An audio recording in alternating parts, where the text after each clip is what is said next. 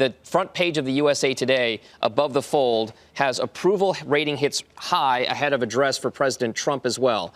So is this an economy that Trump can rest his laurels on? Can the president say that he has done his job?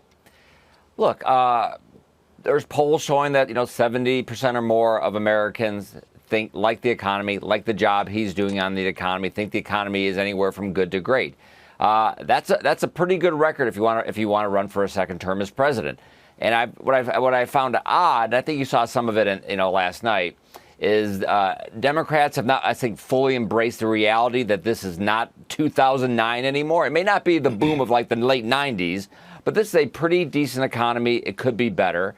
And again, this is a kind of economy, as a president, you want to run on. To be able to say it's the lowest unemployment rate in 50 years, that's a pretty good thing to say if you want to run for re-election. All right, so he's also, Jimmy, talking about the economic boom that this country is facing right now. It is a good economy, and by many measures around the world, a very good economy. But there are things that can be done to make it even better. I am curious because there was no real mention of, tax cuts 2.0 in the speech last night. Is this something that has now kind of gone away, or is that something we can count on, fiscal stimulus even more so in the United States in the coming months and perhaps years? Right. I mean, the president said he has a pro-worker, pro-family, pro-growth agenda. I'm not sure what that agenda is for the next 4 years.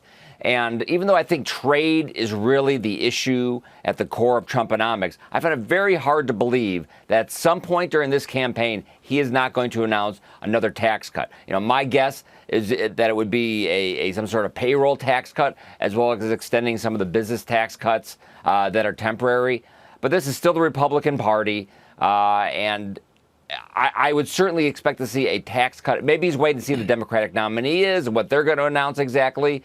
But I still think we're going to see tax cut 2.0. All right. So Eamon, I also want to kind of bring up into the discussion this idea that we have trade deals and economic relationships to really kind of hang our hats on here. President Trump did talk a little bit about what's happening with China. I just want to play for you what he said, and maybe we can talk a little bit about that as well.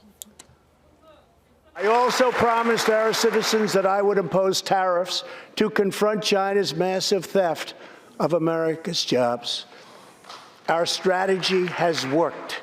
Days ago, we signed the groundbreaking new agreement with China that will defend our workers, protect our intellectual property, bring billions and billions of dollars into our treasury, and open vast new markets for products made and grown right here in the USA.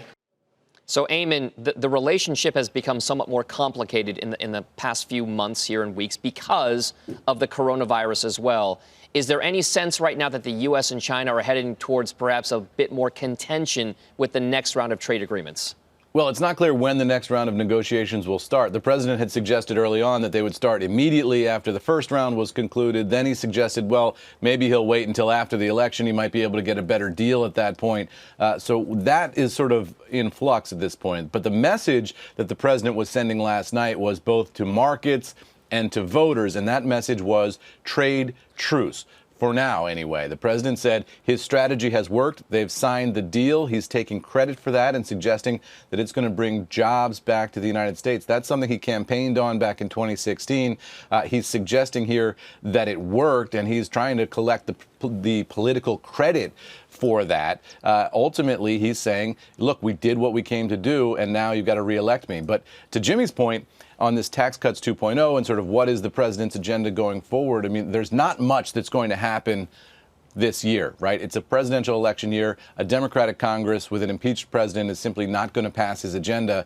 So they can talk about tax cuts 2.0, and I believe that they will, certainly on the campaign trail toward the summer, but it's not likely anything's going to happen this year. That's going to be a campaign talking point and a campaign document, and if the president gets a second term, then maybe we can talk about whether that'll happen or not. It'll depend on the makeup of the House and the Senate. So Jimmy, one place, I'll give the last word to you here, because one place where we have found bipartisan support, a possible truce domestically between Republicans and Democrats, is on infrastructure. There was talk about it last night. What are the shots that we could actually see some kind of fiscal stimulus happen, congressionally approved, for improving America's roads and infrastructure? I mean, the big problem, even if Republicans figure out exactly what they want to do, is that there's still plenty of Republicans who are worried about the deficit and they'd want it to be paid for. And any Democratic plan, they're going to want to pay for it. There's certainly no agreement. So yeah, if it happened, it would probably be stimulus, not paid for. And in a second term, yeah, I can see that happening. I can see a lot more stimulus because the president's not going to worry about the deficit. He's going to want to try to crank up that growth rate as high as possible.